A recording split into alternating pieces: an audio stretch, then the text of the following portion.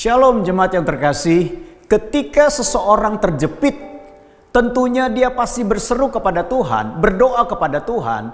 Dan seringkali dalam gambaran kita, ketika kita berseru kepada Tuhan, Tuhan akan mengirim malaikatnya menghabisi lawan kita.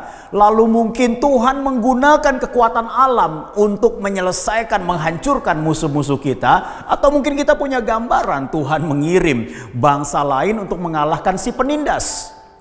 Tetapi sebenarnya Tuhan memiliki kedaulatan seperti yang kita bisa baca di dalam kebenaran firman Tuhan, yaitu dari Hakim-Hakim 6 ayat 14 sampai dengan 24. Saya akan bacakan ayat 16 sampai dengan 17 saja. Dikatakan demikian, berfirmanlah Tuhan kepadanya, tetapi akulah yang menyertai engkau, sebab itu engkau akan memukul kalah orang Midian itu sampai habis. Maka jawabnya kepadanya, jika sekiranya aku mendapat kasih karunia di matamu, maka berikanlah kepadaku tanda bahwa engkau sendirilah yang berfirman kepadaku. Sebenarnya Tuhan punya kedaulatan untuk memakai siapa saja dalam menghadapi dan melenyapkan musuh. Saudara yang kasih dalam Tuhan, Tuhan bebas menjawab doa dengan caranya. Tuhan bebas melakukan apa yang menjadi bagiannya dalam kehidupan kita. Dan menghadapi hal ini kita selayaknya belajar dari pengalaman Gideon yang berbicara kepada malaikat Tuhan. Kita belajar paling tidak ada 3 hal. Yang pertama adalah percayalah Tuhan menyertai di segala situasi. Apapun situasi kehidupan kita, percayalah Tuhan ada bersama dengan kita. Di sini kita perlu memegang. Yang kita pegang bukan hanya apa yang kita lihat, tetapi yang kita pegang adalah firman dan janjinya yang tidak terlihat.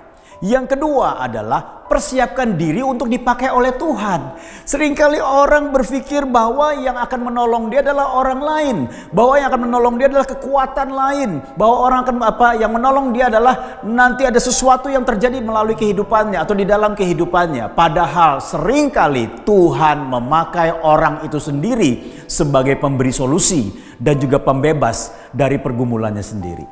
Karena apa? Karena Tuhan berdaulat untuk menjawab doa kita sesuai dengan caranya.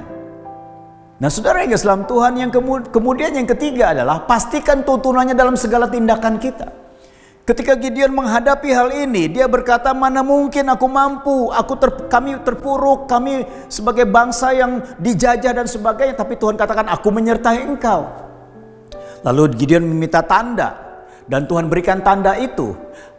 Tanda itu sebagai penuntun bahwa segala apa yang dilakukan itu dipastikan sesuai dengan apa yang Tuhan kehendaki. Tapi ingat, jangan selalu menuntut tanda. Nanti akibatnya kita hidup bukan karena percaya tapi karena melihat. Hati-hati dengan hal ini. Yang penting bangun terus hubungan kita dengan Tuhan sehingga kita dapat mengenali kehendaknya dan kita semakin peka untuk mendengar suaranya. Tuhan Yesus memberkati.